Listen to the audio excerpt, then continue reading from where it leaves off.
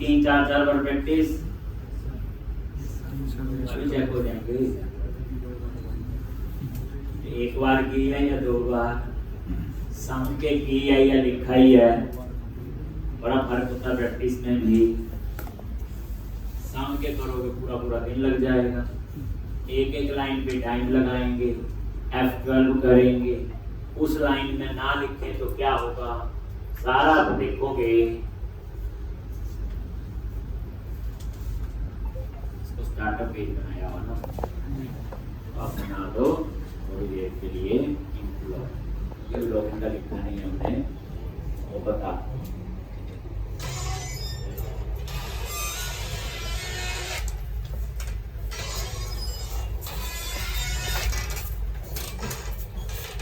तो ये था, चल रहा था सारा।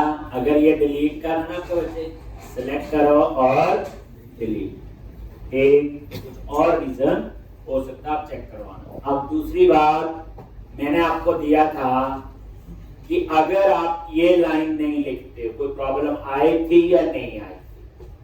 पहले बताओ, प्रॉब्लम आई थी? किसके आई थी? करना करा। इसकी प्रॉब्लम नहीं आई थी, दो लोगों ने, तीन, अब बाकी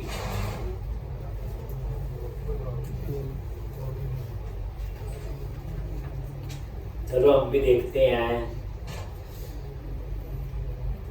क्या प्रॉब्लम आई, वो प्रॉब्लम आई क्यों थी। जब आपको ये समझ आ जाएगा तो ये देखो, ये आ गया। जैसे एम्प्लॉय नेम पे क्लिक किया तो आपका डेटा नहीं आ रहा। ये एक्सपोर्ट में डाटा आ रहा है, क्यों नहीं आ रहा है? पहले दोबारा, क्यों नहीं आ रहा है?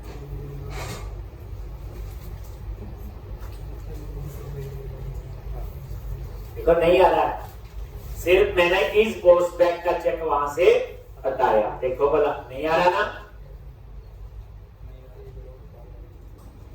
ये है, और इसको मैं लगा दूं अभी तो खुद ही चलेगा।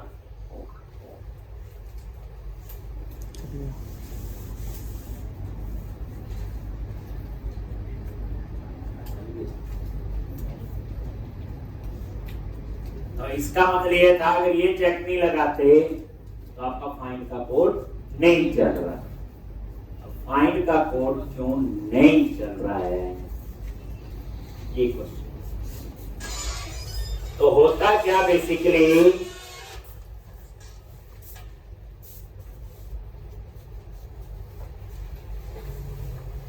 जब आप ये इस पोस्ट बैक का चेक नहीं लगाते तो जितनी बार रिक्वेस्ट सर्व पे जाती है उतनी बार ही डिस्पैच कॉल हो। ऐसा ही है, उतनी बार ही डिस्पैच कॉल हो। अब होगा क्या,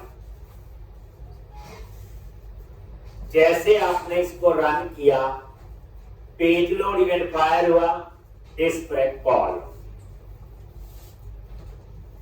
अब होगा क्या, जब मैं इस पे क्लिक करूंगा रिक्वेस्ट फिर सर्वर पे जाएगी। जैसे क्लिक किया तो पहले वो जाएगा पेज लोड इवेंट पे और वो डिस्पैच को दोबारा से कॉल कर देगा। इसका मतलब क्या होगा, लिस्ट बॉक्स जो है वो रिफ्रेश हो जाएगी, यानी लिस्ट बॉक्स में दोबारा से डाटा आ जाएगा और जो आपने सेलेक्ट किया था एम्प्लॉय वो डी सेलेक्ट हो जाएगा। मतलब ये है कि जब वो यहां आएगा, ये है ना एक, तो उसे सिलेक्टेड वैल्यू में कुछ भी नहीं मिलेगा। आपको बताया है यहां क्या लगा लो, ब्रेक पॉइंट। अगर कोई कोड समझना हो ये ब्रेक पॉइंट होता है। कंट्रोल प्लस F8 से हम C++ में लगाते थे प्रोग्राम को डीबग करने के लिए। मैंने यहां पे ये ब्रेक पॉइंट लगा दिया। कैसे? उसी लाइन के सामने क्लिक करना, कुछ नहीं, यहां पे आके ये प्रोग्राम रुक जाएगा। एक मुझे नहीं समझ आया क्यों नहीं चल रहा है, पर ये पता नहीं चल रहा है। ठीक, अब मैंने ब्रेक पॉइंट लगा दिया। हम दोनों केस चेक करते हैं। देखो, चलो पहले यही देखते हैं। ब्रेक पॉइंट लगा दिया और इस पोस्टबैक नहीं लिखा हुआ। इस पोस्टबैक की कहानी मैंने आपको समझाई है कि जब सर्वर से पहली बार पे सर्वर से आता है तो इस पोस्टबैक फॉल्स, नेक्स्ट टाइम आता है तो इस पोस्टबैक ट्रू। अब देखो, जैसे इस पे क्लिक किया तो पहले पेज लोड इवेंट फायर होगा। कौन सा होगा? Page load event. और वो किसको कॉल करेगा? डिस्प्रेक। और डिस्प्रेक क्या करेगा? जैसे मैंने विकास कुमार पे क्लिक करना है, खुद ही सोचो, जब लिस्ट बॉक्स रिफ्रेश हो जाएगा, नया डाटा आ जाएगा तो सिलेक्शन हट जाएगी। जैसे देखो, मैंने इस पे क्लिक किया, पहले पेज लोड ही फायर हुआ, मैं वहां भी ब्रेक पॉइंट लगा देता हूं। अगर आपको देखना है, ये लो, ये पेज लोड पे यही है ना, मैंने ये ब्रेक पॉइंट लगा। ठीक, जहां पे कोड आपको समझना हो वहां ब्रेक पॉइंट लगा। देखो, रन करोगे, पहले पेज लोड इवेंट फायर होगा, देखो गया, और ये डिस्प्रेक कॉल होगी। ठीक है, F10 होता है स्टेप फॉरवर्ड के लिए। F10 किसके लिए होता है? स्टेप फॉरवर्ड, एक एक लाइन। तो मैंने F10 प्रेस किया, लो जी, क्लोजिंग पे आ गया, फिर F10 प्रेस किया तो पेज लोड इवेंट फायर।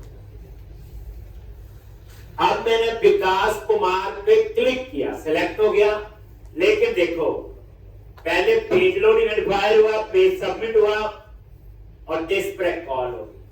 अब डिस्प्रेक क्या काम करता है? दोबारा से लिस्ट बॉक्स में डाटा डालेगा। ठीक, डाल दे। अब हुआ क्या होगा? जो विकास कुमार सिलेक्ट किया होगा वो भी सिलेक्ट हो गया। खुद ही सिनेरियो सोचो ना, अभी 2 एम्प्लॉय थे, जितनी देर में दोबारा से रिफ्रेश हुआ वहां 3 एम्प्लॉय और ऐड हो चुके थे, वहां चलेंगे रिकॉर्ड, तो विकास कुमार आगे पीछे नहीं हो जाएगा। इसलिए ये आगे यहां पे, और ये कमांड है। अब ध्यान से देखना, स्टोर प्रोसीजर, ये कोड चला है, और F10 प्रेस करते जाओ, कुछ नहीं, और यहां पे F10 प्रेस किया, सिलेक्टेड वैल्यू में क्या आया? देखो, कुछ भी नहीं है, यानी कोई इंप्लॉय सिलेक्ट ही नहीं। ये देखो, और F10 कोई डाटा नहीं आया, डाटा रीडर, और हैज रो से ये देखो सीधा कहां आ गया? बाहर। फिर रो है ही नहीं, क्लोज किया, डिस्पोज किया, और इस वजह से डाटा टेक्स्ट बॉक्स में नहीं है।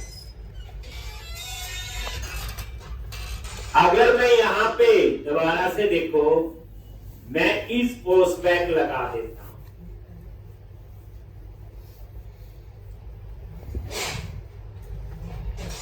ठीक, मैंने ये ब्रेक पॉइंट इस पोस्टबैक पे ही लगा। कहां पे? लगा। अब आप रन करो, सबसे पहले इस पोस्टबैक फॉल्स होगा पहली टाइम, इफ के अंदर जाएगा। ये देखो F10, ये C++ में आप करते थे, कंट्रोल F8 से ब्रेक पॉइंट लगाते थे, फिर हम कोड की एग्जीक्यूशन चेक करते हैं। कई बार हमें कुछ नहीं समझ आती, कहाँ गलती है, क्या है, कैसे काम कर रहा है। और ये देखो इसके अंदर गया, किसको कॉल किया, इस पे, बस F10 बस प्रेस करते जाना F10 और लाइन को देखिए अब कहां कहां जा रहा है। एक आ गया। अब मैंने विकास कुमार पे क्लिक किया तो पहले पेज लोडिंग फायर होगा और F10 ये देखो अब इस पोस्ट पे क्या आ चुका है, ट्रू। ये देखो क्या आ चुका है, ट्रू। मैंने नहीं किया। जब पेज आपका एक बार ओपन हो जाता है तो अपने आप ही ट्रू समझाई हुई है कहानी, तो अभी इसके अंदर नहीं गया, लो अब डिस्प्ले कॉल नहीं हुआ तो उसने लिस्ट बॉक्स को रिफ्रेश नहीं किया। फिर वो सेलेक्ट इंडेक्स चेंज पे गया, F10 प्रेस करते जाना, फाइंड एंड F10। अब आप ये देखो F10 और ये देखो अब वैल्यू आ गई 2, यानी कि विकास कुमार का एम्प नंबर था। और F10 है जरूर, डाटा तो है, फिर इसके अंदर जाएगा, रीड करेगा F10, ये डाटा आ जाएगा, क्लोज किया और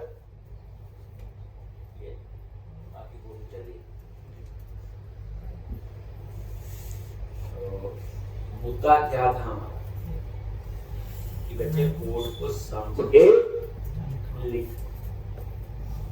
अब आपको ये पता चल गया कि अगर मैं इस पोस्ट पैक नहीं लगाऊंगा तो जितनी बार पेज आपका पोस्ट पैक होगा उतनी बार डिस्प्ले फॉल होगा, उतनी बार ही लिस्ट बॉक्स को रिफ्रेश करेगा और लिस्ट बॉक्स की अगर कोई आइटम सेलेक्ट की होगी तो वो भी सेलेक्ट हो जाएगी, फिर वो डाटा हमें नहीं। इसलिए हमने क्या किया, वहां लगा दिया इस पोस्ट पैक की पहली बार पेज सर्वर से सैटरडे संडे पे आ गया, हम इतनी चीज भी मैंने दिया था, याद होगा आपको। एक देखो बच्चे एक चीज याद रखना, आपको ये चीज समझ आ गई नहीं एरर क्यों आई है, ठीक कोड आपको मिल जाए। आपके प्रोग्राम में अगर एरर आती है ना, जैसे बच्चे ने कुछ एरर आई, इसको डीबग करेंगे, फिर इसको एरर को ठीक करेंगे, तो उसमें कोड की बेटर अंडरस्टैंडिंग होती है। कहावत है ना, गलतियों से इंसान सीखता है, प्रोग्रामिंग बिल्कुल वैसी थी, ठीक कोड से सीखता। ठीक तो थोड़ा लिख लिया, आप बताओ, मैंने करवाया, सारे लड़का तो 3 बार प्रैक्टिस करके आए होंगे, लेकिन मजा सा नहीं आता। समझे होंगे कहने का मेरा कि अच्छे वाली प्रैक्टिस होनी चाहिए। तो मैंने एक चीज बता दी, ब्रेक पॉइंट लगाओ और F10 प्रेस कर, कोड आपको अपने आप समझ आएगा कि मेरा कोड कैसे काम कर रहा था, कहां गलती थी और क्यों गलती थी। बस फिर चाहे इस पोस्ट पे लिखो, जो मर्जी लिखो, फिर बाकी ठीक है। तो प्रैक्टिस दोबारा बनती है। अब आ जाओ आप लॉगिन, जहां काम कर रहे थे, मैं इसको भी समझाऊंगा। लॉगिन पे राइट क्लिक करो, टेस्ट। अब आप खुद सोचो, हर एक पेज पे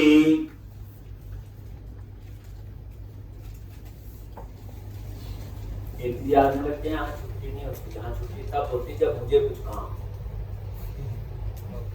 चाहे बारिश हो, जो मर्जी हो, और पता आए कौन नहीं है, जो यही आसपास रह रहे,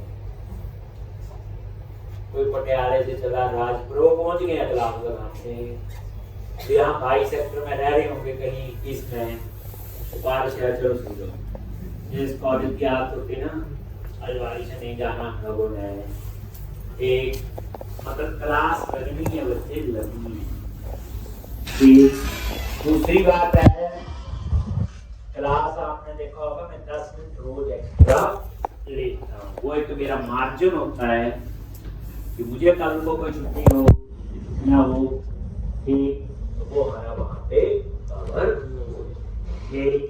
तो इसलिए यहाँ जनरल छुट्टियां कम हो, ठीक। अब यहाँ पे तो अब आप लॉगिन पे आ गए, तो सबसे पहले स्क्रीन बनाई, इसमें तो कुछ बताने की जरूरत नहीं है आपको। फिर मैंने क्या किया, पेज लोड पे कनेक्शन ओपन किया, बताने की जरूरत नहीं है।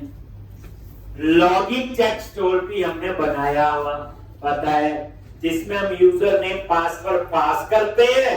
अगर यूजर गलत है तो वो स्टोर पे रिटर्न करता -1, पासवर्ड गलत है तो वो रिटर्न करता -2, यूजर पासवर्ड ठीक है तो रिटर्न करता है 1, और स्टोर उसके सिर्फ इंटीजर वैल्यू ही रिटर्न कर सकता है। ये मैंने आपको लिखवाया। और फिर हम लोग क्या कर रहे थे, उसको कॉल करने के लिए एक ये अन कमेंट कर, इसे कमेंट कोड है ना, ये सेलेक्ट करो, ठीक। तो टूल बार में मेन्यू से भी कर सकते हो, Ctrl+K+C से कमेंट होता है, शॉर्टकट याद लो, Ctrl+K+C से कमेंट, Ctrl+K+U से uncomment, C for comment, U for uncomment. और ये रोज यूज होंगे। और हम ऐसे सिलेक्ट किया, कमेंट कर, जैसे मान लो मैंने इन सारे को कमेंट बनाना है, सिलेक्ट करो Ctrl+K+C,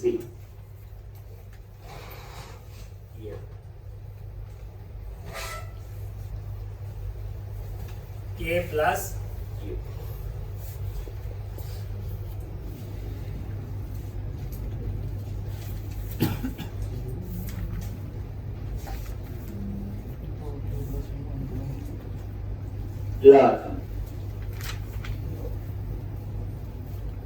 और यहां पे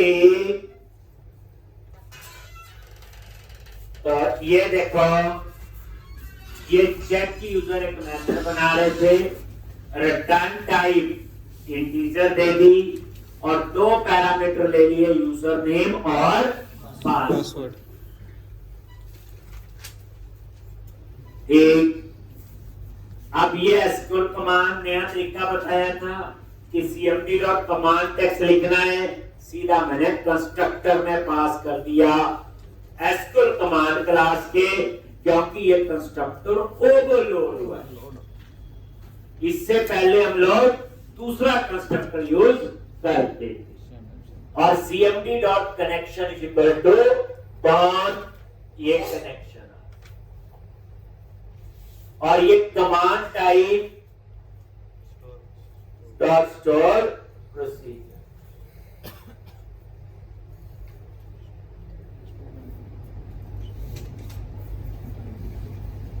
cmd dot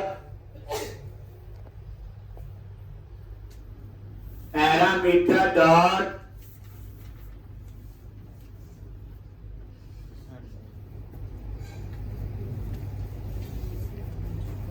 add with value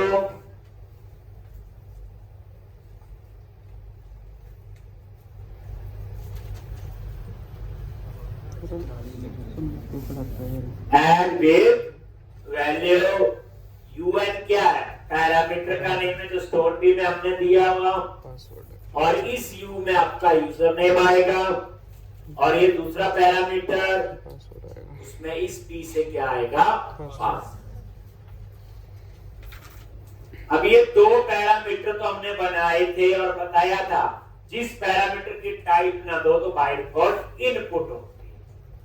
ये 2 पैरामीटर किस टाइप के हैं, इनपुट टाइप, इनपुट, लेकिन ये स्टोर प्रोसीजर वैल्यू रिटर्न कर रहा है। अब जो वैल्यू रिटर्न कर रहा है उसको स्टोर करने के लिए भी हमें क्या बनाना पड़ा, पैरामीटर। ये C++ का फंक्शन नहीं है कि int a इक्वल टू लिखो और वैल्यू रिटर्न हो। ठीक, ये मतलब कहने का ये नहीं है कि C++ का पैरामीटर।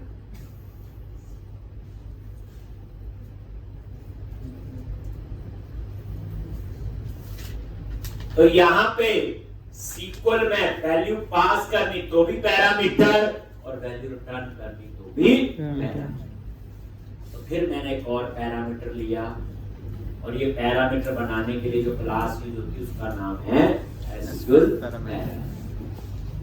और मैंने पैरामीटर का नाम रख दिया @RET रख सकते हो, इसमें वैल्यू रिटर्न होके आ रही।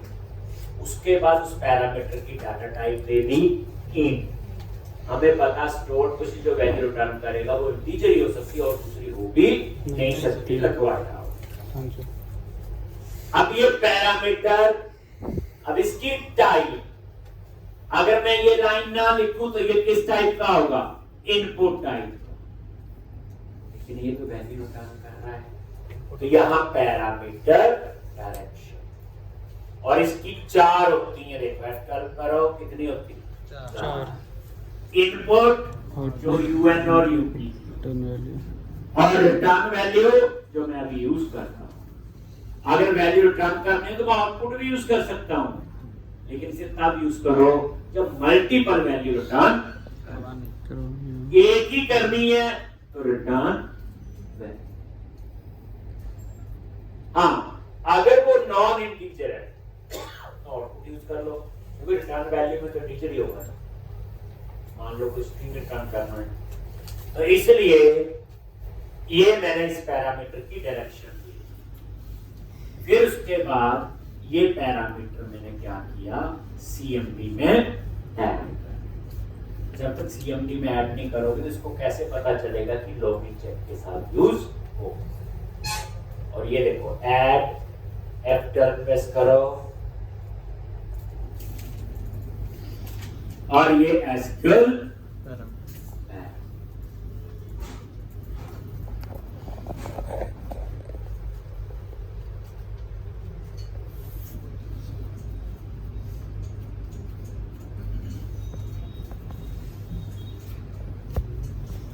एक, ये देखो है ना एसक्यूएल पैरामीटर टाइप का, ये देखो ये वो तो मैंने यूज। अब उसके बाद इस पैरामीटर में वैल्यू कब आएगी? जब स्टोर प्रोसीजर एग्जीक्यूट होगा। cmd dot execute non query. Execute non query क्या करेगा? स्टोर प्रोसीजर को एग्जीक्यूट करेगा। स्टोर प्रोसीजर है उसको क्या करेगा? एग्जीक्यूट।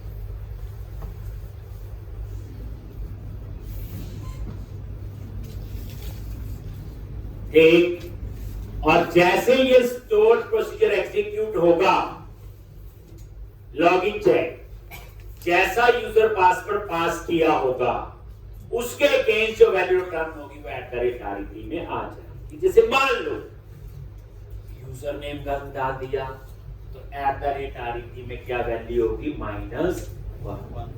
पासवर्ड गलत डाल दिया तो -2। यूजर पासवर्ड दोनों ठीक है तो क्या आएगा? 1। तो अब इस पैरामीटर में वैल्यू कब आएगी? जब ये स्टोर प्रोसीजर एग्जीक्यूट हो। अब यहां पे एक वेरिएबल ले लिया इंट के, और यहां पे मैं उस पैरामीटर की वैल्यू एक्सेस करनी है तो कैसे करते हैं देख लो। @RET.where। अब ये एरर दे रहा है कि ऑब्जेक्ट को स्ट्रिंग में कन्वर्ट, सॉरी ऑब्जेक्ट को इंटीजर में कन्वर्ट नहीं कर सकते। तो फिर मैंने इसको क्या किया बोलो? इंटीजर में। अब आप सोच रहे होंगे कि @RET तो क्या है? इंटीजर है तो कन्वर्ट क्यों करना पड़ा? वही बात, ये पैरामीटर का एरे बनता है। स्क्वायर ब्रैकेट लगाइए, जैसे cmd.parameter.add एक पैरामीटर, cmd.parameter दूसरा पैरामीटर, तीसरा, चौथा। अब हर एक पैरामीटर की अपनी अपनी डाटा टाइप होगी। जैसे इस केस में un और up की वैर कैर है, तारीख की इंटीजर है, किसी की डेट टाइम डबल डेसिमल होगी। तो मैंने बताया था जब डाटा अलग अलग टाइप का हो तो वो एरे न स्ट्रिंग का होता है, इंटीजर का, वो एरे होता है array of object. That's why ये वैल्यू जो है क्या कंसीडर कर रहा है इसको एक ऑब्जेक्ट। आप इस पे माउस लेके जाओ, लिखा था cannot convert object to integer.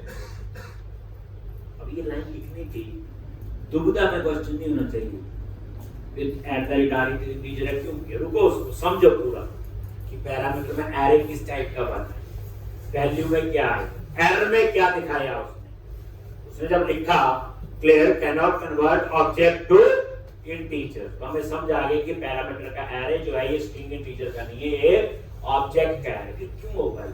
फिर आपके माइंड में अलग अलग पैरामीटर होते हैं तो क्या टाइप अलग अलग होगी, तो इस तरह से वो एरे स्ट्रिंग इंटीजर का नहीं होता। ऐसा कंसेप्ट हम पहले भी डिस्कस कर चुके। अब इस के में वो वैल्यू आ जाएगी तो पैरामीटर की वैल्यू रीड करनी है तो वो भी पता चल गया।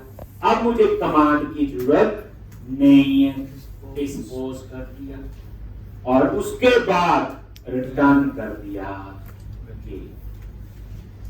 जो के में वैल्यू आई उसको हमने रिटर्न। अब इस के में क्या होगा, या 1 या -1 या -2। तो ये चेक यूजर आपका एक मेथड बन गया। अब हम इसे कॉल करेंगे बटन के लिंक। याद रखना बच्चे, रेगुलर प्रैक्टिस चाहिए। अगर कोई प्रैक्टिस नहीं हो पा रही तो गलती भी हो सकती है।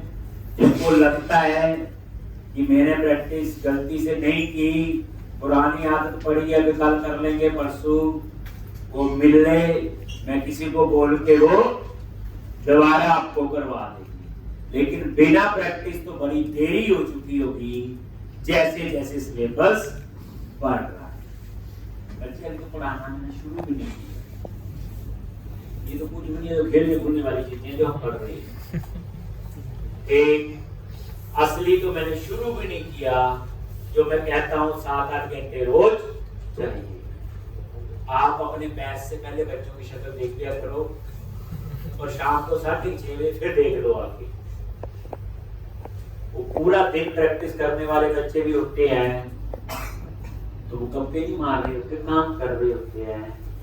अगर बात कर रहे होंगे तो पढ़ाई की बात, मेरा कोड नहीं चल रहा तू देख ले, तेरा नहीं चल रहा मैं, यही होता है। और एक दूसरे को वैसे बताने से ज्यादा पता चलता है, कहीं नहीं बताते ना कि बताने से ज्यादा नॉलेज ना हो जाए। देखो बच्चे, नौकरी तो लग लग ही लगनी, ये तो आप छोड़ दो। अगर एक कंपनी में भी जाओगे तो प्रोजेक्ट पे भी लग लग ही काम करना है। इसलिए आपस में नॉलेज शेयर करने से मेरे को जो लगता है अपने कंसेप्ट और क्लियर होते हैं। अगर आपका कोड बिल्कुल ठीक समझ आ गया, साथ वाला उस कोड में फंसा है, उसकी हेल्प करो, आपको खुद पता चल जाएगा कि आपको कितना क्लियर है। अगर आप उसकी सॉल्व नहीं कर पाए तो अपनी एरर डालो, लेकिन तब भी धोखा है। यहाँ भी मेरे में भी धोखा है। उसको तो पता चल गया एरर है, मुझे पता नहीं चला कि एरर है कि, लेकिन मुझे भी समझ नहीं आया। तो इसलिए कोशिश करो, मतलब कहने का ये है कि, और जब आप लैब में बैठे किससे पूछो ना, पहली बात तो अपने 5-6 घंटे लगाओ, खराब करो, फिर एरर क्यों आए, फिर एंड में 6-7 घंटे का ना हो तो लैब की है। अगर खुद करोगे तो एरर तो आप डालते हैं मेरे कोड में, मैं तो बिल्कुल ठीक कोड बताता हूँ। तो इसका एरर तो आपने डाला तो आप ही ठीक करो ना पहले। वो तो एंड हाथ खड़े हो गए कि अब 7-8 घंटे हो गए, आज नहीं होगा, तो फिर लैब में हेल्प ले लो, ये मेरा कोड नहीं चल रहा। इंस्टेड ऑफ 10 या 15 मिनट बाद हेल्प लो, ठीक, तो आपके कंसेप्ट क्लियर नहीं। मैंने बताया कई बच्चे अच्छी प्रैक्टिस करते हैं, काम में उनको प्रॉब्लम आती है क्योंकि प्रैक्टिस जो है उस तरह से नहीं जैसे हम लोग डिस्कस कर रहे हैं। लॉजिक, अब आप क्या करो, इस लॉगिन बटन पे आ जाओ। लॉगिन बटन पे क्लिक करो, ये आ गया। अब यहां पे इंटीजर टाइप का एक वेरिएबल ले लिया और ये चेक यूजर कॉल पर जो हमने बनाया, प्राइवेट है, पूरी क्लास में यूज कर सकता हूं। टेक्स्ट बॉक्स 1 डॉट टेक्स्ट और टेक्स्ट बॉक्स 2 डॉट टेक्स्ट।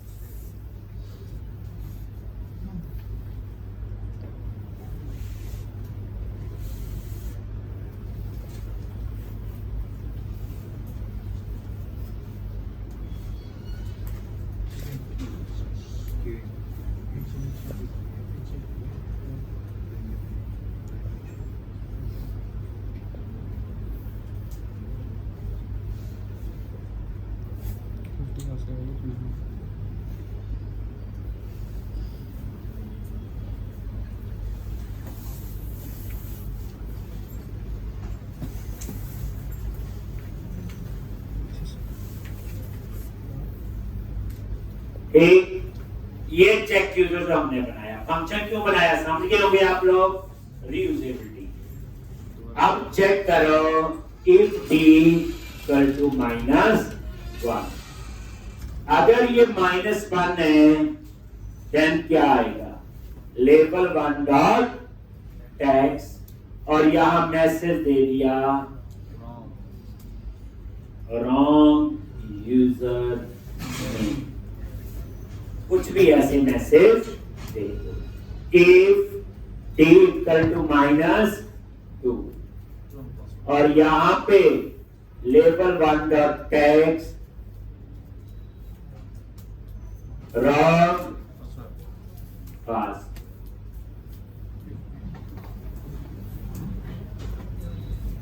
और यहां पे अगर ये 1 है तो यूजर भी ठीक है और पासवर्ड भी। आप एक मैसेज भी लिख सकते हो, कोई इसमें नहीं। आप चाहते हैं अगर यूजर पासवर्ड ठीक है तो उसके बाद वो कहां जाए, एम्प्लॉय के पेज पे। किस पे जाए, एम्प्लॉय डॉट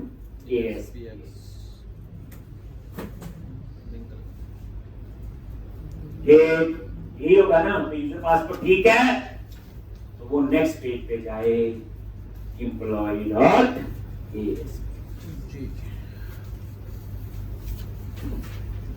अब हम इसे टेस्ट करेंगे। टेस्टिंग तभी होगी जब टीवी यूजर टेबल में डाटा होगा, बट अभी टीवी यूजर टेबल एम्प्टी है, पता ही है, हमने लास्ट लेक्चर में बनाया था, उसमें कोई डाटा नहीं है। तो अब हम पहले उस टेबल में कुछ डेटा एंटर करेंगे, क्योंकि आज हमें सेव अपडेट आता है, इनलाइन क्वेरी से भी आता है और स्टोर प्रोसीजर से। तो अब इतना टाइम नहीं हम सेव अपडेट ही लिखते रहे, तो अब मैं डाटाबेस में जाके उस टेबल में कैरेक्ट 2-3 यूजर डाल दूंगा, ताकि मैं इस कोड को जो है वो टेस्ट कर पाऊं। तो कैसे, तो डाटाबेस में जाओ और वहां पे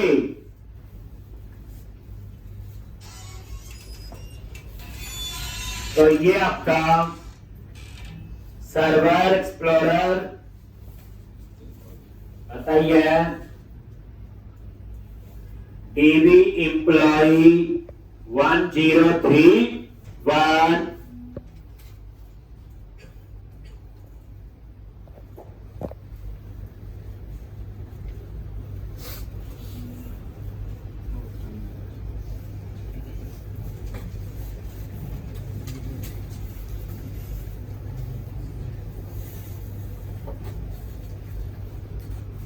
और ये टेबल्स पे गए और ये देखो टीवी यूजर टेबल, कौन से टेबल पे गए, टीवी यूजर, और टेबल पे राइट क्लिक किया, शो टेबल डेटा। हम ये टेबल में सीधा डेटा एंटर करते हैं, क्योंकि अब सेव अपडेट हमें आता है। तो टीवी यूजर पे राइट क्लिक किया, show table.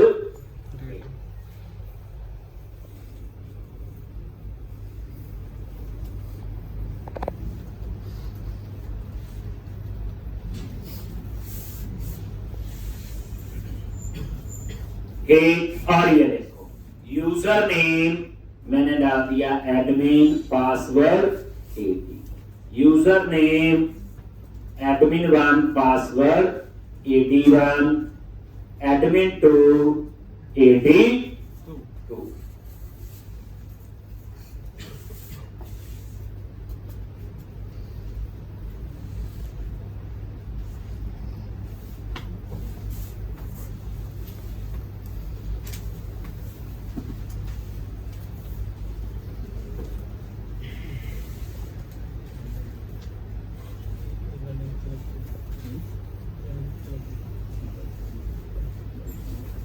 Admin admin one admin two AD1 AD2 इसका पास डायरेक्ट डाल दिए मैंने।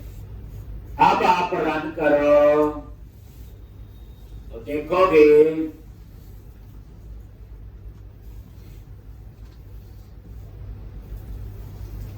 देखो सबसे पहले यूजर का पासवर्ड तो ये रॉन्ग यूजर देख लो क्या मैसेज है यार, रॉन्ग यूजर नेम। अब यूजर नेम ठीक है पासवर्ड का तो रॉन्ग पास चल रहा है इसका मतलब। अगर पासवर्ड भी ठीक है एडी डाल दिए, एडी दिया था एडमिन का एक और ये आपका समझा गया। तो इस तरह से ये थी आपकी एक छोटी सी एप्लीकेशन बना जो कंसेप्ट